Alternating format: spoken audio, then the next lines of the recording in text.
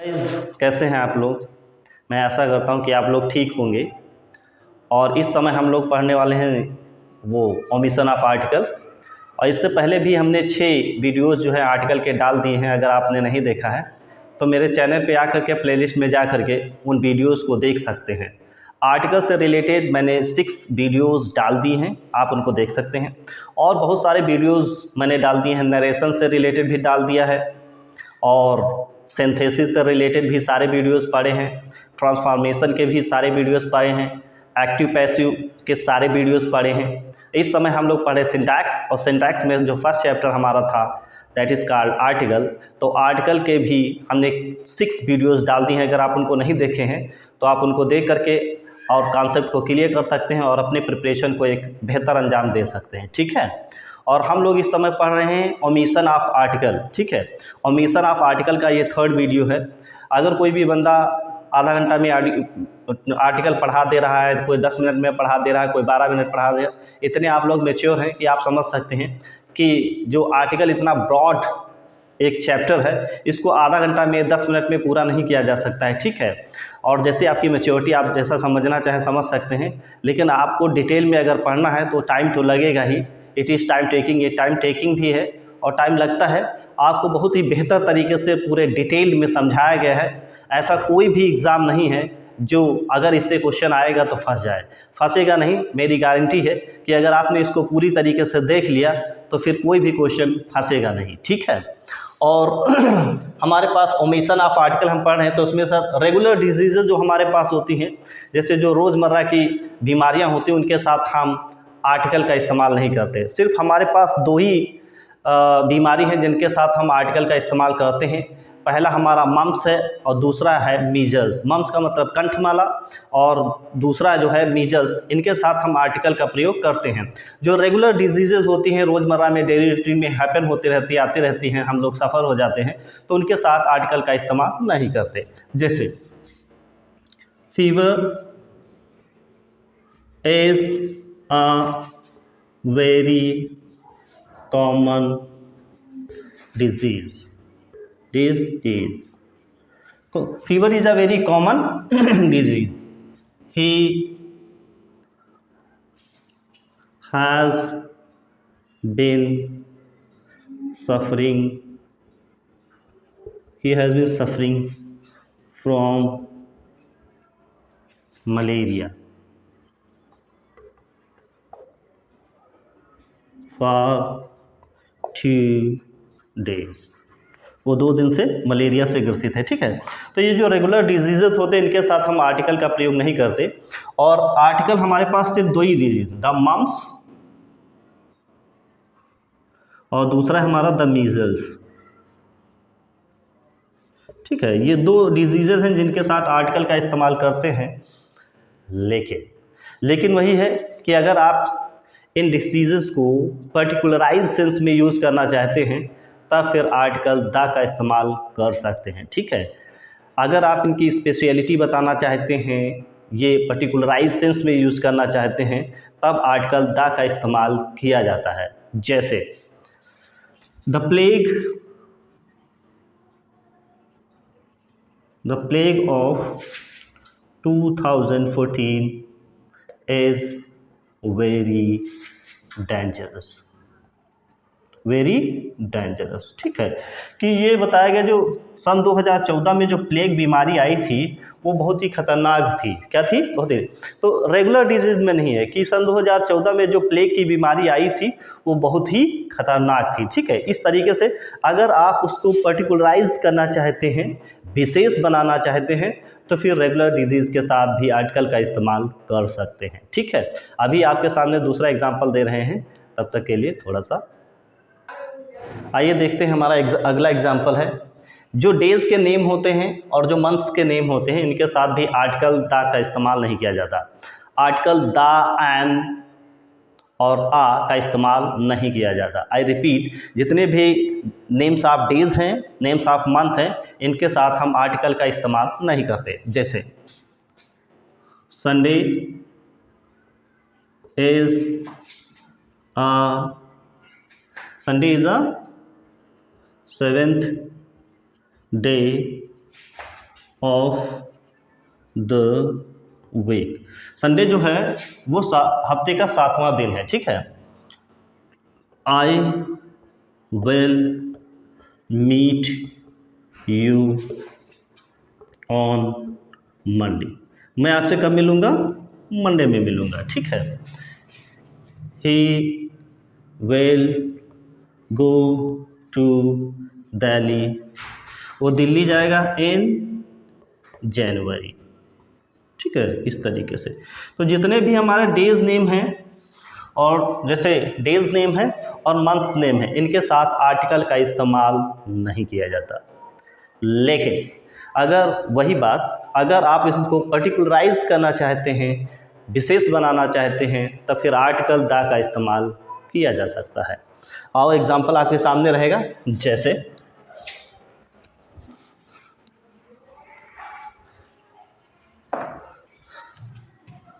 The Sunday off the last month was not pleasant। पिछले महीने का जो संडे था वो बहुत बेहतर नहीं था, बारिश हो रही थी, किस किस टाइप का दिन था, धूप नहीं थी। तो ये बताया कि पिछले महीने का जो संडे था वो अच्छा नहीं था, प्लीजेंट नहीं था, ठीक है। तो ये सारे संडेज की बात नहीं हो रही, दिस इज़ नॉट नॉर्मल, ये सिर्फ लास्ट मंथ के एक संडे की बात हो रही है। और स्पेशल हो गया, स्पेशल हो जाएगा तो फिर आर्टिकल द का इस्तेमाल किया जाएगा, ठीक है। जैसे और मंथ के सामने भी अगर डेज है तो डेज के नाम के पहले भी हो जाएगा, और मंथ का नाम है तो उसके पहले भी हो जाएगा। जैसे द मार्च ऑफ 2015 का मार्च जो था was full of suffering.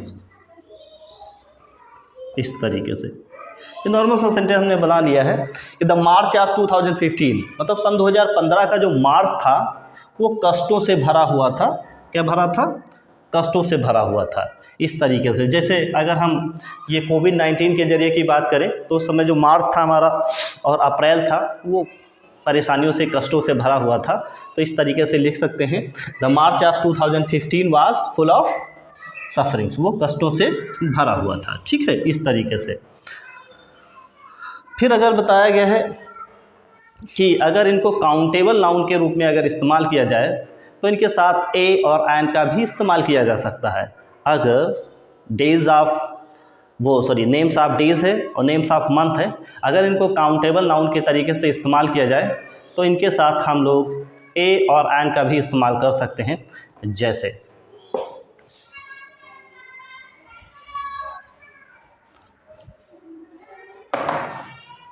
My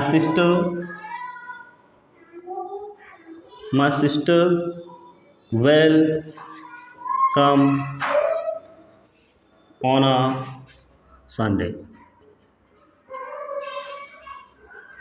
मेरी बहन जो है संडे वाले दिन आएगी। मतलब संडे का मतलब यहाँ पर संडे का मतलब यहाँ पे किसी भी संडे वाले दिन, मतलब जब भी आएगी वो संडे वाले दिन आएगी। इट इज़ नॉट फिक्स्ड, वो फिक्स नहीं कि किस संडे में आएगी, जब भी आएगी संडे में आएगी। तो my sister will come on a Sunday, कि मेरी बहन जो है किसी संडे वाले दिन आएगी। यहाँ पर फिक्स नहीं है, मतलब वो जब भी आएगी संडे वाले दिन आएगी। अब किस संडे को आएगी ये फिक्स नहीं, दिस इज़ इंडेफिनिट है, इसीलिए यहाँ पे ए एन का इस्तेमाल किया गया। जैसे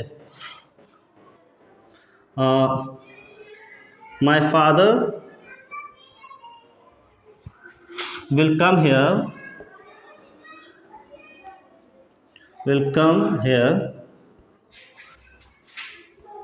in an October। मेरे पापा जो है यहाँ पर 1 अक्टूबर वाले दिन आएंगे। मतलब जब भी आएँ सन 2000 चाहे 15 में आए, चाहे 16 में आए, चाहे 17 में आए, चाहे 18 में आए, चाहे 19 में आए, चाहे 20 में आए, 21 में आए, 22 में आए, मतलब 23 में आएंगे, 24 में आएंगे, 25 में आएंगे, जब भी आएंगे वो मंथ ऑफ अक्टूबर में आएंगे। अब ये डेफिनेट नहीं है कि किस सन में वो आएंगे, ठीक है। ये इंडेफिनिट है, इसलिए यहाँ पे एन का इस्तेमाल किया गया है कि my father will come here, मेरे पापा यहाँ पर आएंगे इन एन अक्टूबर, वो एक किसी अक्टूबर के महीने में आएंगे। इट इज़ नॉट फिक्स कि किस सन के किस अक्टूबर में आएंगे, ये फिक्स नहीं है, वो किसी अक्टूबर में आएंगे। ठीक है, तो इस तरीके से यहाँ पर अगर काउंटेबल रूप के रूप में इस्तेमाल किया गया है तो हम ए और एन का इस्तेमाल कर सकते हैं। और ये बताया गया कि जो डेज, नेम्स ऑफ डेज होते हैं, इनको प्लूरल फॉर्म में भी इस्तेमाल किया जा सकता है। जैसे शी हेट्स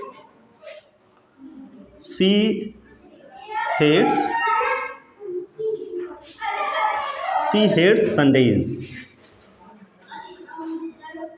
तो ये नेम्स ऑफ डेज हैं, इनको प्लूरल फॉर्म में भी बनाया जा सकता है। मतलब शी हेट्स संडेज, वो रविवारों से घृणा करती है। मतलब शी इज़ वर्कोहॉलिक, काम करना उसे पसंद है, एक दिन भी छुट्टी लेना अच्छा नहीं लगता, और संडे आ जाता है हफ्ते में तो उसे अच्छा नहीं लगता। तो मतलब शी हेट्स संडेज, उसे संडे रविवारों से घृणा है। ठीक है, इस तरीके से जो नेम्स ऑफ डेज होते हैं उनको प्लूरल भाव में भी लिखा जा सकता है। ठीक है, इसके अलावा अभी मैं आपके सामने और एग्जांपल्स रख रहा हूँ, तब तक के लिए आइए देख लेते हैं। हमारे पास 2 एग्जांपल्स हैं। नेम्स ऑफ यूनिवर्सिटीज़, जितने भी नेम्स ऑफ यूनिवर्सिटीज़ होते हैं उनके पहले भी आर्टिकल का इस्तेमाल नहीं किया जाता। जैसे Delhi university, Aligarh university, Banaras university, Kolkata university. Means कहने का मतलब ये है कि जितने भी यूनिवर्सिटीज़ के नेम होते हैं उनके साथ आर्टिकल का इस्तेमाल नहीं करते। जैसे I study in the Aligarh university, तो गलत हो जाएगा। यूनिवर्सिटी के पहले आर्टिकल द का इस्तेमाल नहीं करते, एन का इस्तेमाल नहीं करते, आ का इस्तेमाल नहीं करते। ठीक है, I study in Delhi university, I study in Aligarh university, I study in Banaras university, I study in Kolkata university. जितने भी नेम्स ऑफ यूनिवर्सिटीज़ होते हैं उनके साथ भी हम आर्टिकल का इस्तेमाल नहीं करते। ठीक है, आपके सामने है parts of day and night. जो parts of day and night हैं उनके पहले अगर एट आता है, बाई आता है, आफ्टर आता है, बिफोर आता है, अराउंड आता है, अगर इसमें से कोई भी प्रेपोजिशन आता है तो फिर हम आर्टिकल द या एन या इन ए एन का इस्तेमाल नहीं करते। I repeat, please listen to me. हम ये कह रहे हैं कि parts of day and night, जैसे दिन का कोई हिस्सा है या रात का कोई हिस्सा है, उसके पहले एट आया है, बाई आया है, आफ्टर आया है, बिफोर आया है, अराउंड आया है, तो उसके साथ हम आर्टिकल का इस्तेमाल नहीं करते। जैसे at dawn, at sunrise, at sunset, at day break, at noon, at midnight, around midnight, around noon, at night, by night, at dusk, at twilight, before morning, after night, before evening, at by day and night. इस तरीके से parts of day है या parts of night है, उसके पहले ये prepositions अगर दिए गए हैं तो फिर हम आर्टिकल का इस्तेमाल नहीं करते। ठीक है, अभी आपके सामने और एग्जांपल्स लिखता हूँ। हाँ, ये मैं बताना भूल गया था कि अगर parts of day and night है, अगर उसके पीछे वो प्रेपोजिशन रहेंगे तो इनके साथ आर्टिकल का इस्तेमाल नहीं करते। अगर इन है और ड्यूरिंग है तो इनके साथ फिर आर्टिकल द का इस्तेमाल करते हैं। जैसे I will meet you, I will meet you during the day, during the day, मैं आपको दिन के दौरान मिलूँगा। ठीक है, she goes for a walk, वो टहलने पर, सैर पर जाती है। इन द मॉर्निंग, ठीक है। हाँ, ये मैं कह रहा था, अगर इन है और ड्यूरिंग है तो इनके साथ भी हम आर्टिकल द का इस्तेमाल करते हैं। अभी आपके सामने और एग्जांपल्स रखते हैं। आइए देख लेते हैं अगला एग्जांपल। हमारे कुछ वर्ड्स पैरेलल स्ट्रक्चर में होते हैं। अगर हमारे शब्द कुछ पैरेलल स्ट्रक्चर में आते हैं तो फिर हम आर्टिकल का इस्तेमाल नहीं करते, न द का, न आ का, न एन का।